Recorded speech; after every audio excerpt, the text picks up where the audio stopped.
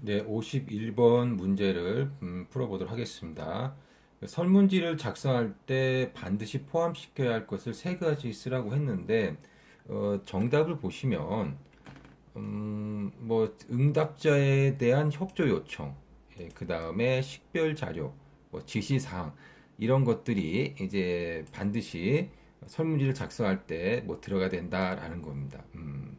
그러니까 이거 설문지 좀 작성 좀 해주세요. 이게 협조를 한다거나 이건 이렇게 하세요, 저렇게 하세요라는 그런 내용들이 들어가야 된다라고 하는데 어떻게 보면 당연하기도 하고요.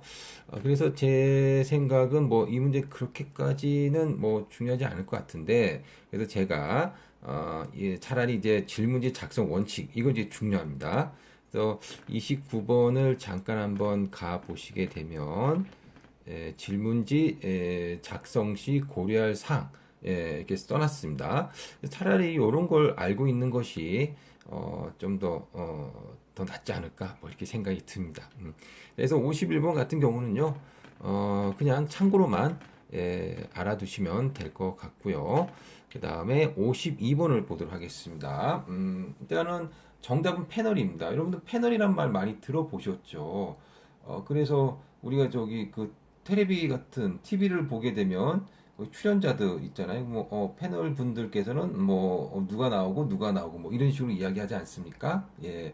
그래서 여기서도 보시면 그 패널이라고 하는 것은 토론에 참여하여 의견을 말하거나 방송 프로그램 따위의 출에 사회자의 진행을 돕는 역할을 하는 사람이다라는 겁니다.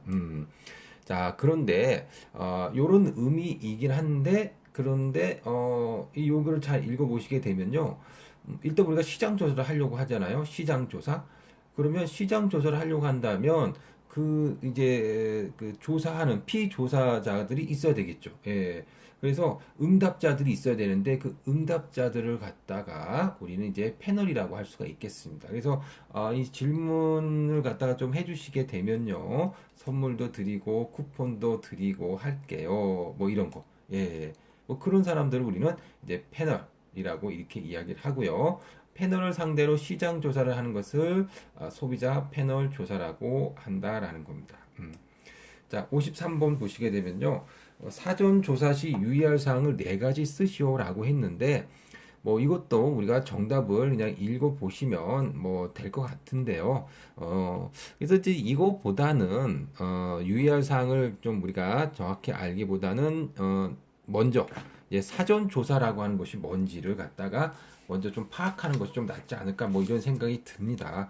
그래서 먼저 이제 56번을 한번 먼저 볼게요. 56번을 보시게 되면 그 문제가 본 조사를 실시하기 전에 설문지, 질문지 내용의 실효성, 조사의 문제점 등을 검토해 보기에 소수의 표본을 대상으로 실시하는 시험적인 조사가 도대체 뭐냐 이렇게 물어봤습니다. 예, 정답은 사전조사입니다. 사전조사 여기 보시죠. 사전조사. 그래서 그 조사 단계는 이제 세 단계로 이제 구성이 되어 있습니다. 예비 조사, 사전 조사, 그 다음에 본 조사.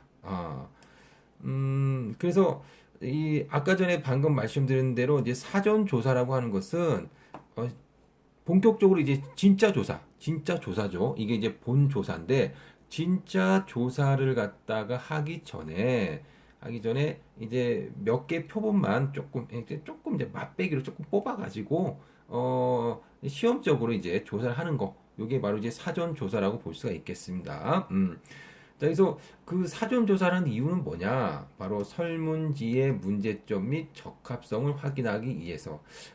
일단 우리가 한번 조사를 해보면, 뭐가 또 잘못됐는지, 문제점이 뭔지 우리가 좀 파악할 수가 있잖아요.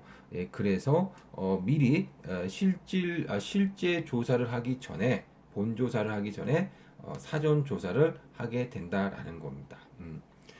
자, 그 다음에 이제 그 예비조사라고 하는 것도 있는데, 예비조사는 뭐냐면, 과연 이 시장 조사를 하는 것이 맞느냐, 를 갖다가 이제 우리가, 예비조사라고 하는 거죠.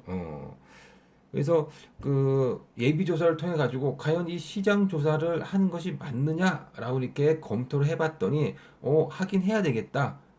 그러면 본조사 들어가기 전에 미리 좀 소수의 표본문을 좀 뽑아 가지고 좀 미리 조금 사전 조사를 해보자라고 이렇게 하는 게 바로 사전 조사입니다. 그런 다음에 이제 본조사로 들어가는 거죠. 자, 그래서 그런 어떤 내용들에 대해서 그 개념들을 갖다 여기 적어 놨으니까요. 한번 읽어 보시면 되겠습니다. 자, 그래서 이 53번 같은 경우는 이렇게 사전 조사의 개념을 좀 알고 있는 것이 더 나올 수도 있는 것 같아서 56번을 먼저 우리가 풀어 봤습니다. 자, 54번을 보겠습니다. 전화 면접 시 조사자에게 지켜야 할 예의. 자, 이것도 이제 그 정답을 읽어 보시면 된다라고 했는데 어떻게 보면 너무나 좀 그 당연한 그런 어떤 내용들이기 때문에 뭐 그런 겁니다. 그래서 여기서 보시게 되면 이제 전화 면접 시 그 지켜야 할 예절들이 여기 정답에 쓰여져 있습니다. 휴일에 전하지 않는다. 신분을 밝힌다. 전화 목적과 뭐 소요 시간을 안내한다. 쉬고 있는데 전화하기는 좀 그렇죠. 그 다음에 전화했으면 저는 누굽니다라고 정확히 밝히고 왜 전화를 했는지, 그 다음에 시간은 몇 분 정도 걸리는지, 이런 걸 좀 안내해야 되겠죠. 자, 그래서 54번은 이렇게 보시면 되겠고요. 55번을 보시면 마케팅 조사 설계의 기본 요소로서 일반적으로 마케팅 관리자가 통제하는 변수로 관찰하고자 하는 현상의 원인이라고 하는 원인, 예, 원인입니다. 그래서 이 그 원인이라는 말이 좀 중요하겠죠. 자, 그러면 우리가 이제 어떤 그 조사를 할 때 어떤 결과가 나오는 경우가 있습니다. 예. 그런 거 우리는 이제 뭐라고 하냐면요. 종속 변수라고 합니다. 종속 변수. 그러니까 쉽게 예를 들면 우리가 함수를 갖다가 그 잘 생각해 보시면 돼요. 독립 변수는 우리가 이제 x 변수라고 하고요. 종속 변수는 우리가 y 변수라고 이렇게 이야기합니다. 자, 그러면 독립 변수는 뭐 예를 들어 1이 있고 2가 있다고 한다면 어떤 상황이 발생합니다. 어떤 상황이 발생하냐면 x라는 독립 변수에 뭐 2라고 하는 그러한 어떤 상황이 발생했다면 종속 변수는 이런 사항에 의해서 독립 변수가 어떻게 변합니까? 3으로 변할 것이고 그 다음에 또 2라고 하는 독립 변수는 4로 변할 겁니다. 그래서 이 종속 변수는 어떻게 보면 이제 결과죠, 결과. 결과입니다. 그래서 결과 변수라고도 합니다. 자, 그러면 3이 왜 나왔느냐? 도대체 뭐 때문에 나온 거냐? 바로 1이라는 것 때문에 나온 거죠. 1이 이런 상황에 의해 가지고 3이 된 거잖아요. 그러니까 독립 변수는요, 이 종속 변수, 즉 결과 변수가 나온 이러한 결과가 나온 것을 갖다가 설명해 주는 겁니다. 그래서 설명 변수라고도 한다라는 겁니다. 설명 변수. 자, 그래서 어떤 변수로서 관찰하고자 하는 현상의 원인이 되는 그러한 어떤 변수, 바로 독립 변수라고 할 수 있겠습니다. 뭐 설명 변수라고 해도 되고요. 자, 그 다음에 이제 56번은 방금 전에 풀어봤었고요. 우리가 57번 한번 보도록 하겠습니다. 개인 면접, 전화 면접, 우편 면접을 이제 뭐 비교 순서에 맞게 나열하시고 그랬는데, 뭐 여기서 보시면 조사 수집의 유연성이 높은 순서입니다. 유연성이 뭐가 가장 높겠습니까? 당연히 개인 면접이 가장 높겠죠. 예. 그 다음에 전화로. 전화는 어쨌든 간에 얼굴은 못 보지만 대화는 하잖아요. 그러니까, 저기, 죄송한데요. 그거는 그렇게 하시는 게 아니고요. 이렇게 하셔야 될 것 같은데요. 뭐 이런 식으로 우리가 좀 말은 할 수 있습니다. 전화에서. 하지만 우편으로 보내게 되면 어떻게 뭐 통제할 수 있지 않죠. 예. 피조사자가 잘못 질문을 이해하고 체크를 한다 할지라도 우리가 뭐 어떻게 통제할 수 없잖아요. 예, 그러니까 유연성이 높은 순서는 면접, 약간 개인 면접, 전화 면접, 우편 면접입니다. 근데 질문의 다양성, 당연히 개인 면접이죠. 뭐 만나가지고 뭐 이것저것 막 이야기할 수 있잖아요. 근데 전화로는 어쨌든 간에 말로 하니까 이것저것 하지만 우편은 일단 딱 그 질문이 정해져 있잖아요. 우편으로 보내니까. 그 다음에 통제가 높은 순서. 당연히 우편이 통제가 높겠죠. 예. 이렇게 해라고 하면 이렇게 해가지고 작성해가지고 딱 보내잖아요. 그렇게 할 수밖에 없겠죠.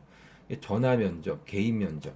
개인 면접은 뭐 윗선에서 이렇게 한번 질문 한번 해보세요. 면접 한번 해보세요라고 해도 막상 이제 조사자가 뭐 대충 자기 생각대로 막 질문할 수도 있다는 겁니다. 그 다음에 조사 속도가 빠른 순서는 전화. 그렇죠. 전화해가지고 간단하게 용건만 간단히 해가지고 이제 면접하면 되고 그 다음에 개인 면접. 예.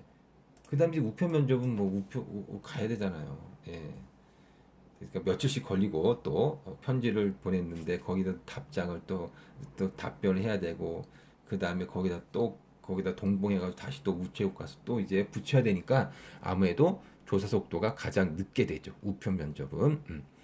자, 그 다음에 이제 58번을 보도록 하겠습니다. 탐색 연구, 기술 연구를 한번 설명하시오 그랬는데요. 우리가 이제 그 조사 연구를 하는 유형이 있습니다. 기술적 연구가 있고, 탐색적 연구가 있고, 설명적 연구, 예측적 연구가 이렇게 네 가지가 있는데요. 여기서 이제 탐색 연구하고 기술 연구에 대해서 설명하라고 했습니다. 일단 먼저 이 탐색 연구라고 하는 것은 뭐냐면요. 예비적으로 실시하는 거죠. 이 연구가 과연 적합한가? 이런 거. 아까 우리가 그러고 보니까 여기 보시면 그 예비조사가 있지 않습니까? 예비조사. 예비조사가 시장조사의 타당성을 검토한다라는 말이 있습니다. 마찬가지로 이 탐색조사도 그렇다라고 볼 수가, 탐색 연구도 그렇다라고 볼 수가 있겠죠. 과연 이 연구를 하고자 하는 이 연구 대상이 적합한지 아닌지를 갖다 판단하기 위한 연구, 이게 바로 탐색 연구라고 보시면 되겠습니다. 그래서 적합한지 판단하기 위해서 일단 대략적으로나마 연구 대상에 대한 정보를 이제 파악하고자 하겠죠. 근데 기술 연구, 기술 연구라고 하는 것은요, 연구 대상에 대한 것을 갖다가 계량적으로 이제 나타내는 겁니다. 계량적으로 분석하는 거죠. 그래서 예를 들어서 우리가 이제 중앙대학교 학생들의 어떤 기업에 대한 선호도를 조사하고자 한다라고 한다면 이 어떤 조사 대상에 대해서 어떤 식으로 생각하고 있는지를 갖다가 이 통계적인 수치로서 나타내고 분석한다라는 겁니다. 뭐 평균을 낸다든가 분산을 구해 본다든가 삼전도를 그려 본다든가 뭐 이런 식으로 통계적으로 즉 수치를 나타낼 수 있게끔 계량적으로 하는 거죠. 이게 바로 기술 연구라고 보시면 되겠습니다. 자, 그 다음에 이제 우리가 59번을 보도록 하겠습니다. 설명 연구, 예측 연구네요. 뭐 보니까는 아까 여기서 보시면은 설명 연구, 그 다음에 예측 연구. 그래서 연구에 이렇게 네 가지가 있는데 기술적 연구 방금 설명드렸고 탐색적 연구 설명드렸으니까 이제 59번에서 설명과 예측을 설명하면 되겠습니다. 설명 연구면 설명. 설명 연구인데 아까 우리가 그 X 변수 혹은 독립 변수라고도 하죠. 독립 변수를 우리는 설명 변수라고도 하지 않았습니까? 예. 자, 그렇다면 여기서 나오는 이제 설명 연구라고 하는 건 뭐냐? 바로 어떤 결과는 아까 우리 이제 Y 변수라고 했는데 어떤 결과가 나오게 된 원인이 뭐냐? 이게 X 변수죠. X 변수로 우리는 설명 변수라고도 했고요. 그러니까 결국 원인이 되는 어떤 요인들을 알려고 하는 것을 우리는 이제 설명 연구라고 할 수가 있겠다라는 겁니다. 예를 들어 놨는데 이승기는 호감형 연예인이다라는 결과가 나왔습니다. 자, 그러면 이승기가 어쩌다가 이렇게 호감형 연예인이 됐느냐? 이승기는 제 생각이지만 별로 싫어하는 사람들이 별로 없잖아요. 예. 그래서 이승기는 어쨌든 호감형이다라는 거죠. 도대체 뭐 때문에, 무슨 요인 때문이냐, 원인이 뭐냐, 이런 걸 연구하는 게 바로 설명 연구라고 보시면 되겠습니다. 그 다음에 이제 예측 연구입니다. 예측한다는 것은 결국 미래를 예측하는 거잖아요. 그러니까 미래하고 관련이 있는 거죠. 그래서 미래의 변화나 새로 발생하게 될 현상에 관심을 두고 우리가 연구를 하는 거. 그러니까 미래의 변화, 예, 미래에 대해서 이제 우리가 뭐 예측하는 것을 목적으로 하는 연구, 이게 바로 예측 연구가 되겠습니다. 자, 60번 시장 조사의 세 가지 기본 요소를 쓰시오 그랬습니다. 여러분들 우리가 시장 조사 이때가 지금 배우고 있죠. 지금 시장 조사라고 하는 것은 뭐냐? 뭐 지금 현재 상황을 분석해 가지고요. 미래를 예측하고 미래는 이렇게 될 것 같으니까 그런 어떤 미래를 예측한 것을 근거로 우리 그 기업의 어떤 시장 전략을 수립하고 그 다음에 여러 가지 마케팅 정보를 이제 제공해서 경영자가 의사 결정을 하는데 도움을 주기 위한 그런 어떤 과정, 이거 갖다 우리는 시장 조사라고 할 수가 있겠다라는 겁니다. 이 시장 조사의 개념이 이건데 결국 이제 시장 조사라고 하는 것도 결국 마케팅의 한 분야라고도 볼 수가 있거든요. 근데 마케팅의 어떤 목적이 뭐겠습니까? 예, 결국 고객을 만족시키고자 하는 거죠. 예, 고객이 원하는 것을 정확히 파악해서 그들의 요구를 충족시켜 줌으로 인해서 고객을 만족시키는 거죠. 고객이 만족하다 보니까 우리 회사 제품의 제품과 서비스를 이용할 거고 그렇게 된다면 우리 기업의 가치도 올라가는 거죠. 어쨌든 이 시장 조사의 어떤 궁극적인 목적도 고객 만족을 위한 것이다라고 보시면 되겠습니다. 그러면 이런 어떤 시장 조사를 하기 위해서는 기본적으로 갖추어야 되는 요인들이 있다라는 겁니다. 뭐가 있어야 되느냐? 일단 먼저 조사 문제가 있다라는 겁니다. 조사 문제. 무엇을 조사할 건지. 그래서 여기 예를 들어놨죠. 자, 패밀리 레스토랑의 매출이 왜 떨어지는가? 왜 떨어질까요? 예. 그래서 한번 조사해보자. 이게 조사 문제입니다. 자, 그래서 이때 조사를 하기로 했으면 가설을 갖다가 개발합니다. 가설. 그러니까, 이럴 거야. 아마도 이럴 거다라고 일단은 가설을 정하는 거죠. 그래서, 매출이 왜 떨어지지? 그럼 우리가 가설을 정하죠. 아, 그건 1인 가구의 증가로 인해서 매출이 떨어질 거야. 1인 가구가 1인 혼자 사는데 무슨 패밀리 레스토랑이 왜 오겠습니까? 예. 그러니까는 1인 가구 증가가 되니까 매출이 떨어진다라고 이렇게 우리가 그 정확한 어떤 분석은 아니지만 일단 그럴 거야라고 가설을 이제 세우는 거죠. 그러면 그 가설이 맞는지 안 맞는지를 갖다가 이제 우리가 이제 그 조사를 해야 된다는 겁니다. 그래서 조사의 범위가 이제 필요하죠. 서울 거주 3, 40대 가구를 갖다가 조사해서 과연 1인 가구 얼마나 되는지, 그 다음에 1인 가구라고 한다면 1인 가구가 과연 패밀리 레스토랑에 가고 있는지, 뭐 아니면 안 가고 있는지, 1인 가구가 증가하고 있는지 아니면 떨어지고 있는지, 뭐 이런 걸 우리가 조사를 해서 이 가설이 진짜 맞는지 안 맞는지를 파악한다는 겁니다. 자, 어쨌든 시장 조사를 함에 있어서 기본적인 요인 세 가지는 조사의 문제, 가설 개발, 그 다음에 조사의 범위라고 보시면 되겠습니다. 자, 우리가 여기까지 해가지고 우리가 60번까지 같이 문제를 풀어봤습니다. 여러분 수고하셨습니다.